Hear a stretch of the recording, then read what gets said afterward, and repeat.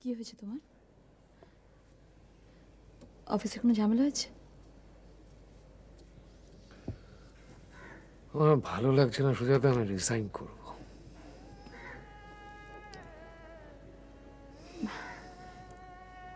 এ কথা বলছো কেন তুমি? কিছুই আর অবশিষ্ট নেই, বুঝলে? মানুষ চাইছে না যে মানুষ বেঁচে থাক। কি করবে তুমি সেখানে? একজন পেশেন্টকে বাঁচায় যে ফ্লুইড, সেই ফ্লুইডে ফাঙ্গাস জেনে শুনে সেটা দিয়ে যাচ্ছে। কোথায়? আর কোথায়? আমাদের হসপিটালে। ও, সেই জন্য বলি তোমাকে কিরকম দেখাচ্ছে। অনেকদিন ধরেই তুমি আমাকে আগে বলোনি কেন ব্যাপারটা? কি বলবো বলো? প্রথমে দেখেছিল একজন সিস্টার, সে শুভ্রাংশুকে জানিয়েছিল, শুভ্রাংশু আমাকে এসে বলল, আমি দেখলাম গিয়ে।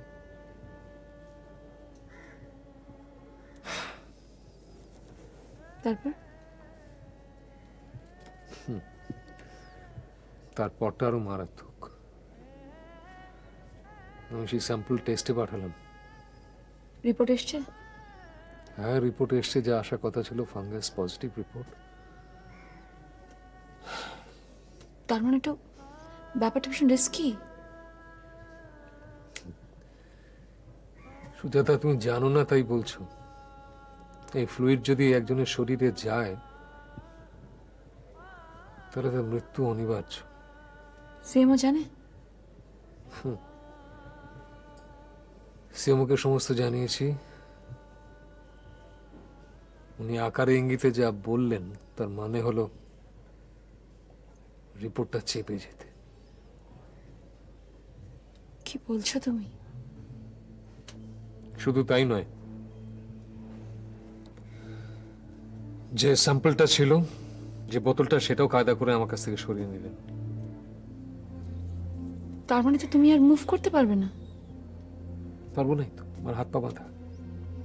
ইতিমধ্যে দুজন পেশেন্ট মারা গেছে, তাদের আত্মীয় স্বজন মুখের দিকে আমি তাকাতে পারছি না।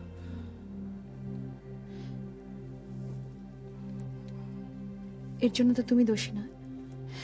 কি বলছো দোষী না? আমি একদম ডিপার্টমেন্টাল হেড। কিন্তু তুমি তো একা লড়াই করতে পারবে না সবার সাথে।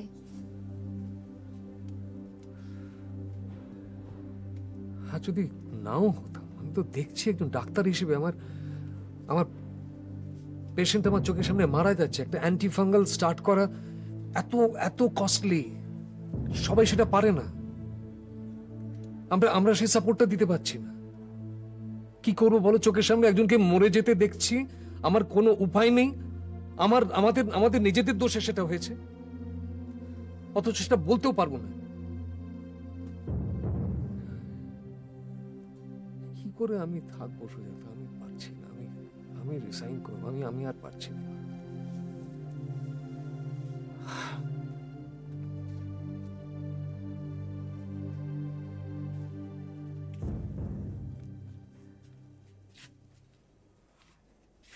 কি রে, কেমন আছিস? হ্যাঁ, ভালো। ঠিক আছে। আচ্ছা বাবা, হ্যাঁ, কিডনি ট্রান্সপ্ল্যান্ট করতে তো অনেক টাকা লাগে। আমার আর বেঁচে কাজ নেই। কি যাতা কথা বলছিস বলতো? যত সব অলক্ষণের কথা। মানুষ কি অসুস্থ হয় না, না তার জন্য খরচ করতে হয় না? কিন্তু সেই খরচটা তো তার সাধ্যের মধ্যে থাকা চাই। তো আমার সাধ্য নেই, এটা তোকে কে বললো? তা নয়, আমার চিকিৎসার খরচ করে তুমি তো একদম নিঃস্ব হয়ে যাবে। দেখ, আমি তোর দাদার জন্য সাধ্য মতো খরচ করেছি। এখন তোর জন্য খরচ করব না, তাকে কখনো হয় বল? তাহলে দাদা কেন করবে না? তুই যে আমার মেয়ে। কিন্তু আমি তো দাদারও বোন। দেখ, বোনের প্রতি দাদার দায়িত্বের চাইতে মেয়ের প্রতি বাবার দায়িত্ব অনেক বেশি। আমি যে তোকে পৃথিবীতে এনেছি। এক সময় কিন্তু বাবা অবসর পায়, আর বোনের দায়িত্ব দাদাকেই নিতে হয়। কিন্তু কিছু বাবা আছে জানিস তো, তারা সারা জীবনই অবসর পায় না। তুই আমার মা মরা মেয়ে, আমি ছাড়া তোর আর কি আছে বল? আমি চাই না জানিস তো যে তোকে কেউ দুটো কথা শোনাক। কেন, দাদা কি তোমাকে কিছু বলেছে? না, কে কি বলবে, কিছু বলেনি তো। আমার দিকে তাকিয়ে বলো তো বাবা। কই, তাকাও। কি বাবা, তুমি কাঁদছো? না, কাঁদছি না রে, তোর জন্য কিছু করতে পারছি এই আনন্দেই আমার চোখে জল এসে গেছে, আর কিছু না।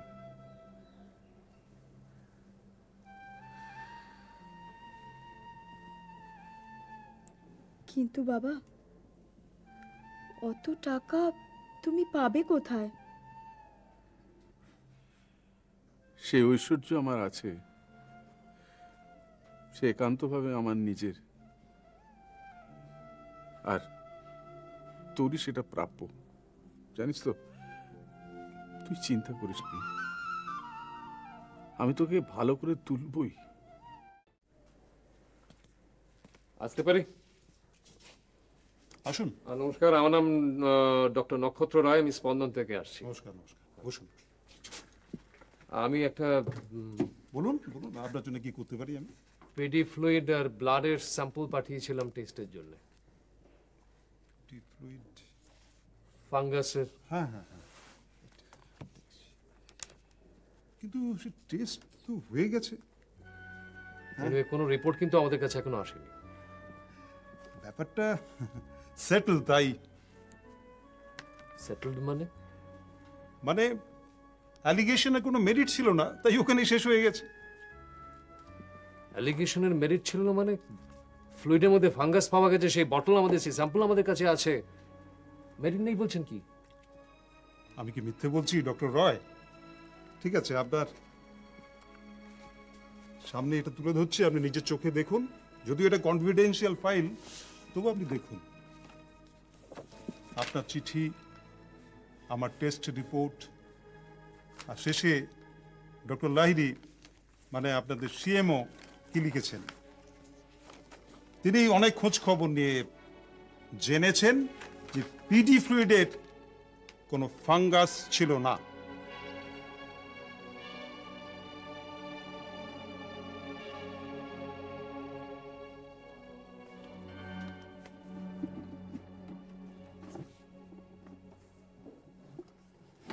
জানো সুজাতা, আজকে নতুন করে না একটা মানুষকে চিনলাম। কাকে? নির্বাণ লাহিড়ী। তোমাদের সিএম? কেন, কি হয়েছে? আমি তোমাকে বলেছিলাম না যে ফাঙ্গাসের জন্য টেস্টে পাঠিয়েছিলাম ফ্লুইডের। রিপোর্ট বেরিয়েছে? সেটাই তো, রিপোর্ট বেরোবার আগেই ঘুটিয়ে পাল্টে দিয়েছে নির্বাণ লাহিড়ী।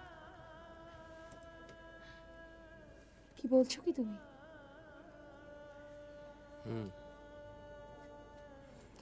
উনি যা করেছেন তাতে একজন নতুন নির্বাণ লাহিড়ীকে চিনতে পারলাম।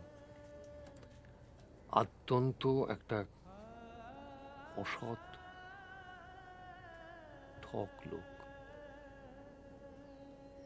কিন্তু তুমি তো ওনার খুব প্রশংসা করতে,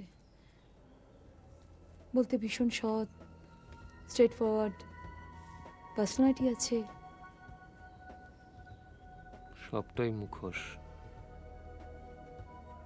সমস্তটা একটা অত্যন্ত মিথ্যে লোক। এরকম মনে হলো কেন তোমার? যে কোম্পানি ফ্লুইডে সাপ্লাই করেছিল আরোগ্য, তাকে বাঁচাবার জন্য রিপোর্টটাই বদলে দিলেন। রিপোর্টে বলা হয়েছে ফাঙ্গাস ছিল না ফ্লুইডে। কিন্তু আরোগ্যকে বাঁচিয়ে ওনার কি লাভ?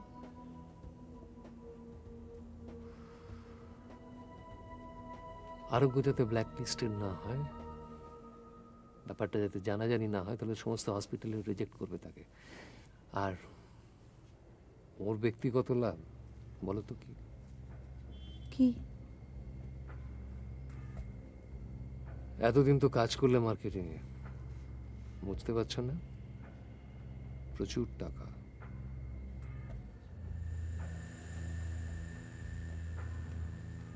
তার মানে এই কটা টাকার জন্য উনি বিক্রি হয়ে যাবেন? তাই তো হচ্ছে আজকাল সুজাতা। এই পৃথিবীতে টাকা দিয়ে খুব সহজে মানুষকে কিনে নেওয়া যাচ্ছে, একেবারে কিনে নেওয়া যাচ্ছে। একদিন আমাকে বলেছিলেন যে মানুষের পতনের তো কোনো শব্দ হয় না, তাই সে জানতে পারে না। নিজের ক্ষেত্রেও সেই এক জিনিসটাই ঘটল। অবশ্য জেনেই বলেছিলেন বোধহয়। আসুন স্যার। ওই বসুন। টিকলি, হ্যাঁ ওর ব্যাপারে আপনাকে কিছু বলার ছিল। হ্যাঁ বলুন। ও চাইল্ড পেশেন্ট হলেও ওর রেনাল ফেলিওরটা অ্যাগ্রাভেট করেছে। আপনার এরকম ধারণা হলো কেন? আসলে জ্বরটা ঘুরে ফিরে আসছে, আর যেখানটা ব্যথা বলছে তো সেটা তো রেনাল অরিজিন বলেই মনে হচ্ছে। ইউরিনে কোনো ইনফেকশন আছে? সেরকম কিছু নয়, তবে মাঝে মাঝে একটু মেন্টাল ডিপ্রেশনে ভুগছে। আমি ওর সঙ্গে কথা বলেছি। মেয়েটা ওর বয়সের তুলনায় অনেক বেশি ম্যাচিওর, আর ওর ইমাজিনেশনসগুলো কিরকম ডিফারেন্ট। আমাকে সেদিন বলছিল যে আচ্ছা ডাক্তার আঙ্কেল, পৃথিবীটা ঠিক কোন জায়গায় আর মনটা শরীরের মধ্যে ঠিক কোথায় থাকে, বুকের ভেতর না মাথায়? দুঃখের কথা কি জানেন, এই অত্যধিক ইন্টেলিজেন্ট বাচ্চারা সুস্থ হয়ে বেঁচে থাকার আয়ু নিয়ে পৃথিবীতে আসে না।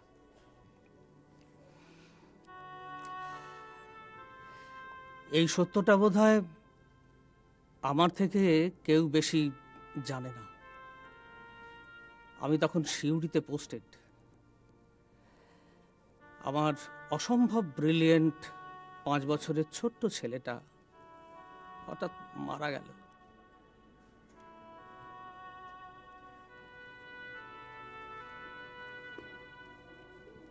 মারা গেল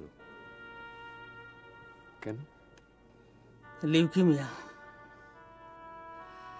মাঝে মাঝে জ্বর হতো, ঝিমিয়েও পড়তো। আমি চাইল্ড স্পেশালিস্ট হয়েও ধরতে পারিনি, সিরিয়াসলি নিয়েও নি। যখন ধরা পড়লো তখন কিছু করার ছিল না। আমি ঘটনাটা ভুলতে চাই, বলতে পারি না। ঠিক মনে পড়ে যায়।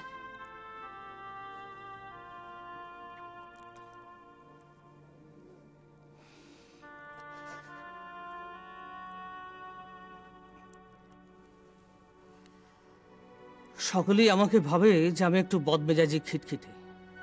আসলে একটা ভয় আমাকে তাড়া করে বেড়ায়, জানেন, যে ডায়াগনোসিসে কোথাও কিছু ভুল করে ফেলছি না তো, দেরি হয়ে যাচ্ছে না তো বুঝতে। তাই আমি ওই টিকলির ব্যাপারে আপনাকে বলছিলাম আর কি, যে আপনি যদি একটু। আপনি কিছু চিন্তা করবেন না টিকলির ব্যাপারে, আমি গিয়ে দেখে আসছি। ঠিক আছে, আপনি দেখলে আমার চিন্তার কোনো কারণ নেই। কি যে বলেন। ঠিক আছে, আজকে চলি। ওকে, থ্যাংক ইউ।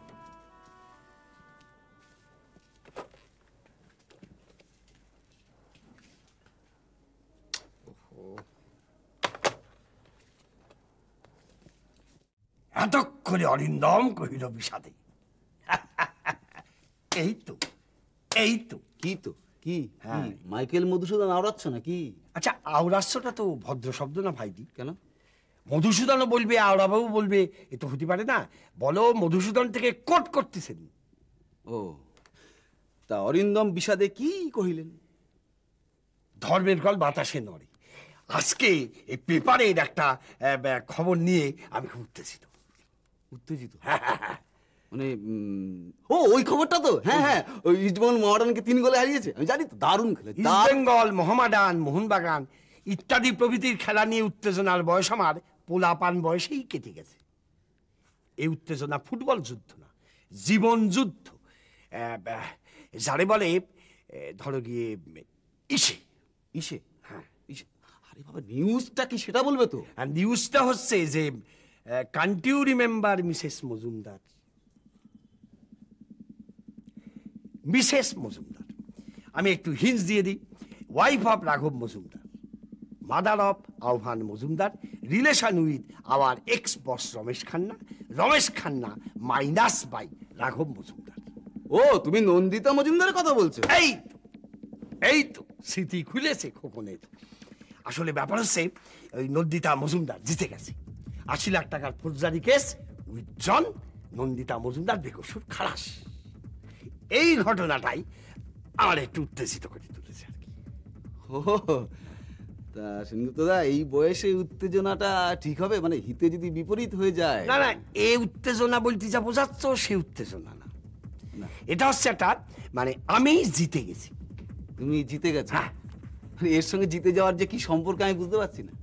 তুমি তো ইনভেস্টিগেশনে গিয়েছিলে। হ্যাঁ হ্যাঁ, তুমি বামাল সমেত চেয়েছিলে নন্দিতা মজুমদারকে অ্যারেস্ট করতে, চেয়েছিলে কিনা? চেয়েছিলাম, কিন্তু আমি জানতাম যে এই নন্দিতা মজুমদার নির্দোষ।